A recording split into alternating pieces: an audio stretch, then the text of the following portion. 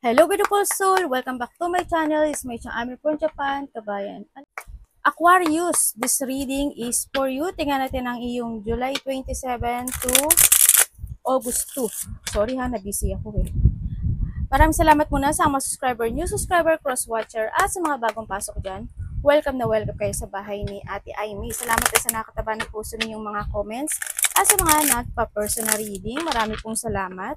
Kung gusto nyo na energy nyo lang talaga, ang gusto nyo makuha natin, all the details is in description below para sa personal reading. Sa baba ng video, pakihanap na lang general reading tayo, kunin mo lang sa'yo at itapon ang hindi naman sa'yo. Maaring vice versa, energy mo, energy ng person mo, energy ng malapit sa puso mo, nangyayari or mangyayari pa lang. Use your own intuition, lawakan natin ang ating isipan. Aquarius, energy reading tayo. Ano man ang gender mo, ano man ang edad mo, ipasok mo ang sarili mo. If this is you, kayo pa rin ang makapagpapabago ng inyong buhay. Tingnan natin ang energy ni Aquarius.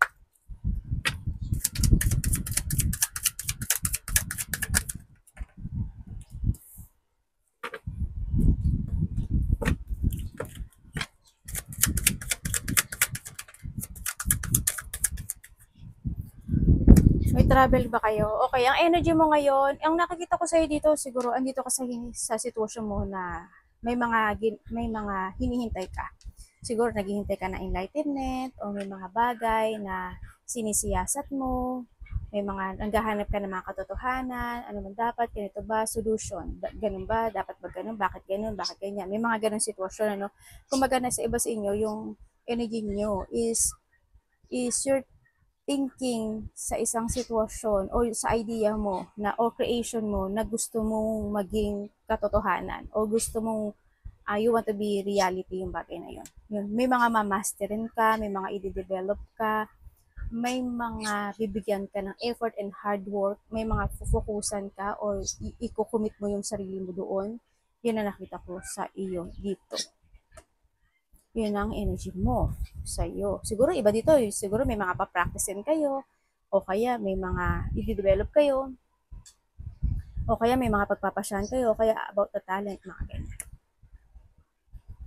May mga mamasterin daw kayo na you want to fulfill or to achieve or to accomplish.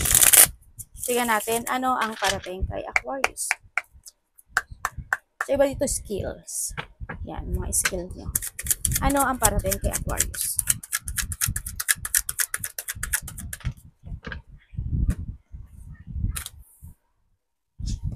Init. Init ako na initan eh, no?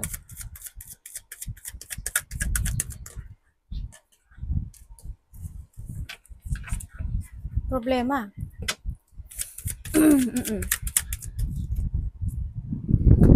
Parating sa'yo, may tao na kakausap sa'yo. Maring immature person siya o kaya siya yung tao na mas bata sa'yo. Vice versa.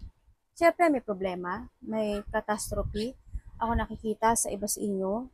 May malalaman ka doon ng katotohanan. O kaya andito yung sitwasyon na may tao na magsisinungaling sa'yo. May tao na magiging very defensive sa'yo. May tao na iinsultuhin ka, may tao na babastusin ka o bastos yung sasabihin niya as in walang paggalang, halimbawa gano'n. O kaya may tao na very defensive. May tao na paniniwalain ka niya sa gusto niyang mangyari o gusto niyang sabihin. Kumbaga, ano yan ano tawag dito? Pagmamanipulate, isa rin yun, isa rin siya sa nagmamarunungan. Kumbaga, mas matalino ako sa'yo, mas may alam ako sa'yo, mga ganun sitwasyon. Yun ang parating sa iyo. Sa iba naman sa inyo, syempre, may mga pagkalito or mga indecision situation ka na gustong na may isip. Yun ang parating. Ibig sabihin, kung ano yung gusto mo i-pursue, ano yung gusto mong gawin, gusto mo ng bagong direction, gusto mo ng kaliwa o kanan, mga kaliwa o kanan, may mga ganun sitwasyon, may mga pagkalito situation, may mga delay situation. Ako na nakikita sa iyo. Sa iba sa inyo, siguro makakaramdam kayo ng takot, kaba, pag-aalala, anxiety, stress. Sa iba, ganun ang nakikita kong parating sa inyo. Dito, syempre, is more on problem kasi siya. Ganyan. May transformation coming. Kaso ang nakikita ko sa'yo, hindi mo alam pa how to transform. Or maybe you want to transform something, gusto mo magkaroon ng pagbabago, or yun nga, delay, may something delay, no? Akong nakikita, parating. Sa iba sa inyo, malalack of plano ka. Lack of planning, lack of direction, um, mapanghihinaan kayo ng loob, o kaya may sakit kayo, halimbawa, kaya medyo weak yung nakikita kong energy. Lack of mental agility, also isa yun, no, sa iba sa inyo. Malalack of idea sa iba. Siguro may mga hihintayin pa kayo, may mga gusto siguro kayo i-move forward na plano, ganyan. May mga ipaprogress kayo. Yan. May mga preparation din ako nakikita sa iba sa inyo. Sa iba sa inyo, siguro nakakaramdam na kayo ng pagod, hirap, or hindi na yung sitwasyon na gusto mo nang i-release or mag-move forward. Kumbaga, whatever holding you back sa nakaraan, kailangan mo na rin kasi yun na i-let go, no? You need to move on, be wiser and strong, tsaka accept all the lessons. Syempre, isa yun sa pinaka-the best para hindi na maganap o mangyaring muli. And then also, release all the baggage, no? So, iba sa inyo, may mga travel kayo within the 6 days, 6 weeks, 6 months, or by next year of the 6 days or 6 months by June, maaring ganun. May mga travel, ako nakita, nangyari na o mangyari pa lang. Tingnan natin, dapat mong iwasan. So, iba sa inyo, about 3 yan, yung travel, no? 3 days, 3 weeks, 3 months, or by the March of the next year, or 3 days, January 3, mga ganyan. March. Ano dapat iwasan ni Aquarius?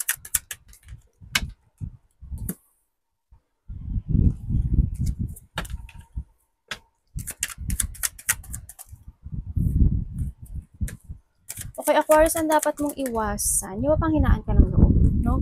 Iwasan mo yung mapanghinaan ka ng loob. Iwasan mo yung mga tao na gagamitin ka, sasandal sila sa'yo because of the needs.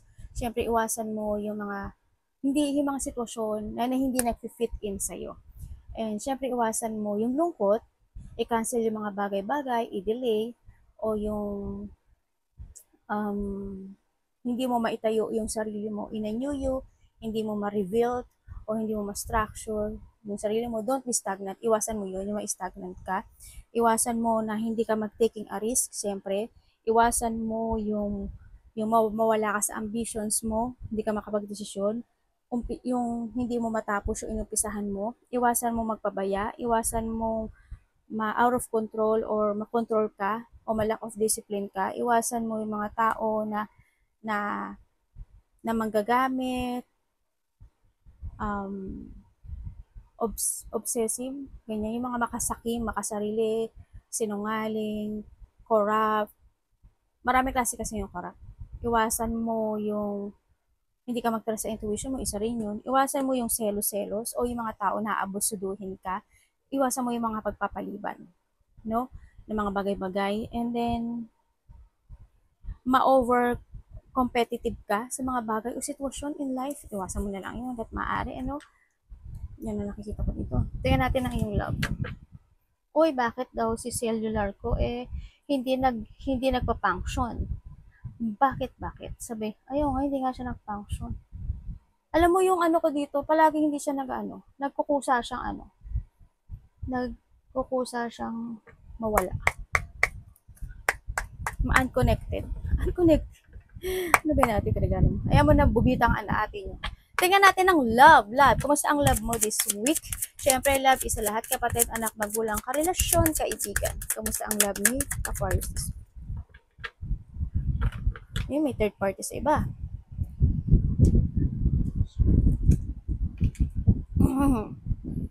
Sa iba sa inyo, maaring nagkakaroon lang kayo ng pag-aaway, no? Related sa mga karelasyon, ganyan. Sa mga kapatid. Sa kasamahan sa trabaho, ganyan. Sa iba dito karelasyon. Bakit po ito ang lumabas sa love niya?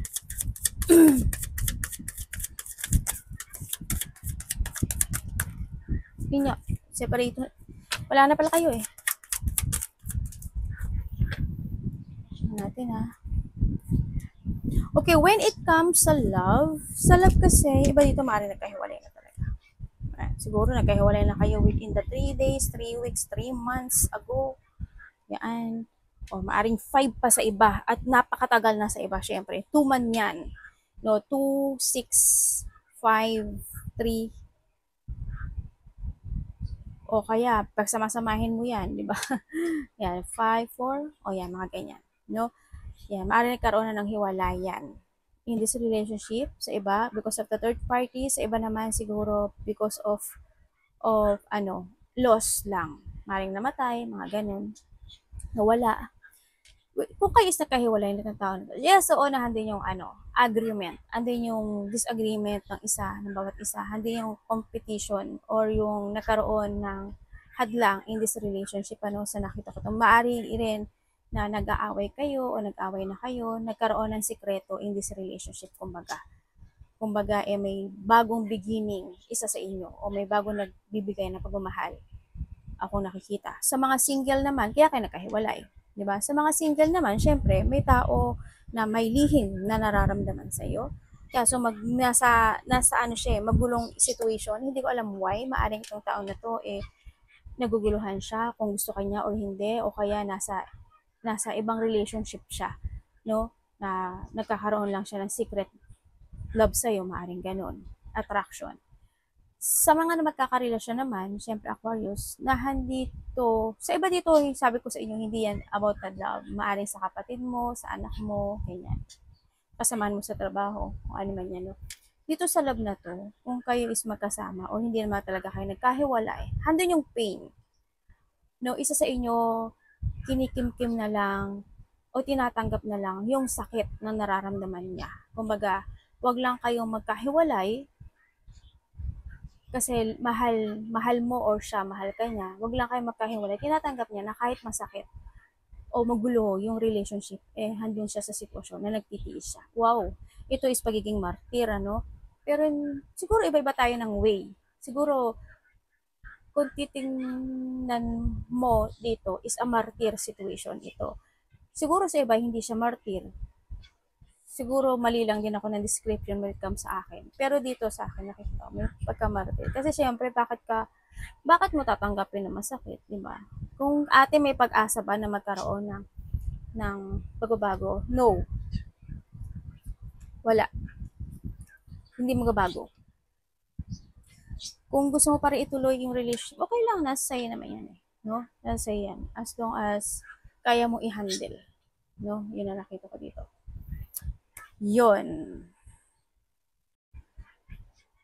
Yan. Nagsisikreto yung isa. Napapasok ka sa relationship na hindi maganda. Ingat kayo ha. Mahalin nyo yung sarili nyo. Mas mag-focus kayo sa sarili mo.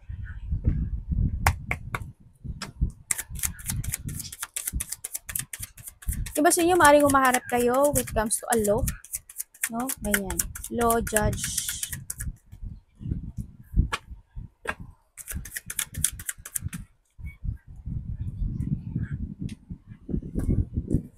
Okay, in the past nagkaroon ng hindi magagandang nangyari, no? May mga dipon, pain, sadness, may mga nag-backstab sa'yo, rock bottom, may mga betrayal, may mga situation na nag-collapse, kumbaga. Siyempre, isa rin dun yung abandonment, siguro may inabandonahan ka na, or someone's abandoning you, or may mga nawalang buhay. Then, sa nakita ko sa iyo dito, there's a new horizon, ako nakikita sa iyo, there's a new horizon situation, siguro, andito ka sa sitwasyon mo, na may offering no? May offering. Ako nakikita dito. Maaring ikaw ang mag-offer or someone's offer. Pero ang nakikita ko yung isa dito, hindi siya interesado. Siguro, halimbawa, meron kang isang sitwasyon na parang may isang sitwasyon ka na gusto mo, nagdadalawang isip ka o binabalansin mo na kung kakausapin mo ba siya o hindi, i-text mo ba siya or hindi. Nahadun ka sa sitwasyon na yun. Example ko lang yun. Halimbawa, meron kang gustong i-pursue o kaya you want to follow your heart na kasi gusto mo umpisahin to, gusto mo nang gawin yun. Pero parang nakikita ko sa'yo dito, pwede mo siyang i-delay or baka i-delay mo siya or hindi mo muna siya gagawin. Kung sa love naman, kung halimbawa may nag-o-offer sa'yo ng love or may bumabalik man o nandun ka sa sitwasyon mo na hindi ka interesado, no? Or may tao na hindi siya nagiging interesado doon sa sitwasyon na yun.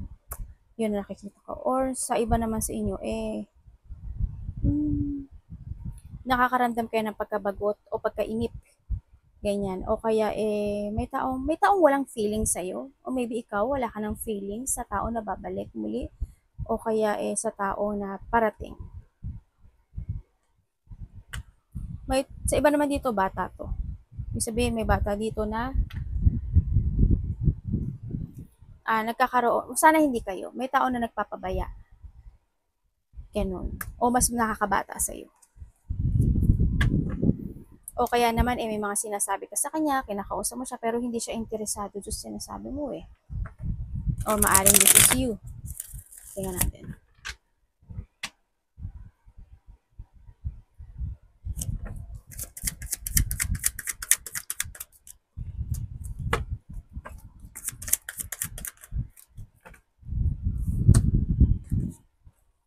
Uy, justice and justice. Okay?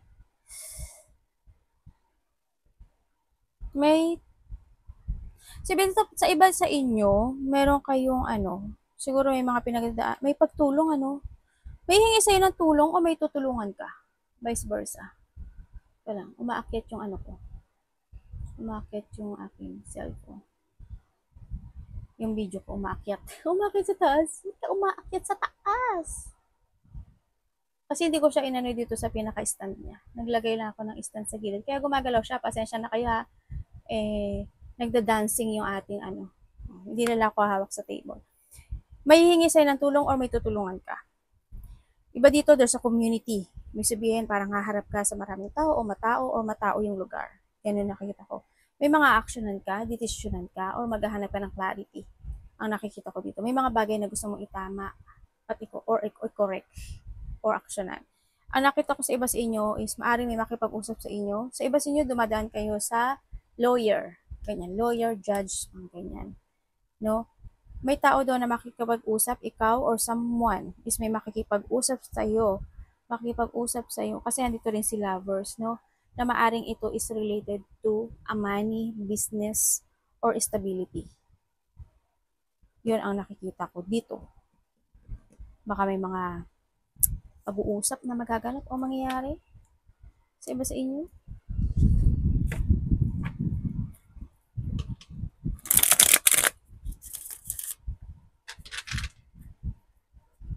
Tingnan natin.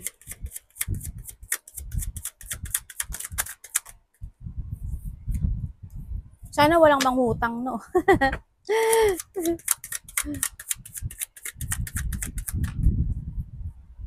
Baka sa iba pagtutulungan. Yan, may mga pagtutulungan. Okay, sa nakita ko sa'yo dito is iba sa inyo siguro nag-change na kayo ng pagkain, no? Siguro either nag-change na kayo na mas marami na kayong kinakain na vegetable than the Nico. Ano ba Nico? Ano ba yung Nico? Yun yung mga baboy, karne, ganyan. O kaya naman may mga kinahihiligan na kayong kinakain this time. Siyempre, may mga bagay na iisipin ka raw. May mga urong-sulong na sitwasyon. Ako nakikita, magsisiyasat ka, maghahanap ka ng katotohanan, parang something retiro or something may i-withdraw ka ba? Parang may mga ganun pinag-isip pa kayo or patiently waiting with something kasi. Yun nga lang, ang nakikita ko dito, may mga rejection din na magaganap o mangyayari sa'yo. Sana wag lahat. Sana hindi kayo lahat. Or may mga dapat i-progress na agad para hindi magkaroon ng rejection o hindi magkaroon ng negativity outcome, no? Or nandun ka sa sitwasyon mo na iniisip mo na yung mga bagay-bagay na may mga bagay ka ina-analyze, pina-progress or kailangan ng strategy para magkaroon ng positive outcome, syempre sa iba. Yun ang nakikita ko. Syempre may mga feeling stuck, feeling bored, dissatisfaction. Ang dami pumapasok na questioning sa buhay o sa isip mo sa nakikita ko dito, no? Yan, marami kang iniisip. May mga unexpected of low emotion coming sa buhay mo rin sa nakikita ko dito. Siguro within the 3 days, 3 3 hours, 3 days, 3 months, 3 ago man yan, no? Or mangyayari pala. May mga unexpected of low of emotions happen. Yan, ibang sa separation, hindi masaya, hindi pagkakasundo, depression, lungkot, away, malaki o maliit, sorrow. May mga emotional pain situation, iba there's a loss or a trauma, feeling hopeless ka, sa iba sa inyo, may i-remove or ihihiwalay mo yung sarili mo or ihihiwalay niya yung sarili mo sa'yo. Ay, niya sa'yo. Ay, baliktad-baliktad na yung sinasabi ko, ano? Mga ganon. Ina-explain ko para mas maintindihan niyo lahat. No? Kung naman may hinihintay kayo na isang sitwasyon, hindi ko nakikita pa sa ngayon yung magiging resultang maganda. Hindi ko pa nakikita. Mag-ingat kayo, hindi ba nananakit yung likod nyo, yung tiyan nyo. Yun. Kinaching ako. Sorry. Sabi ko, alam ka na pa ako nagpipigil. Nagsasalita ako kanina. Pinipigilan ko siya, wag kang aching. Ay, hindi ko talaga nakaya. Gumin na yan, gumin. Dito ka sa patikita. Yon ang nakikita ko sa iyo. There's an offering, ako nakikita sa iyo. Maring magkakaroon ng offering or you offering, no? Kaso, handito ka sa sitwasyon mo or siya is, iisipin niya yung maigi kung kinakailangan o dapat ba o ano yung dapat niyang action sa iyo. Yun ang nakikita ko sa iyo.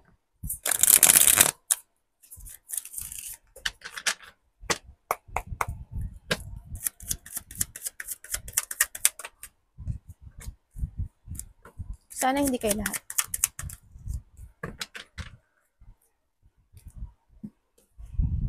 May bad news. Sana hindi lahat. Sabi ko, you need to be strong kasi there's a bad news coming sa iba sa inyo. Or, hindi man siya bad news sa iba. Siguro this distraction. No? Sa iba dito, distraction to.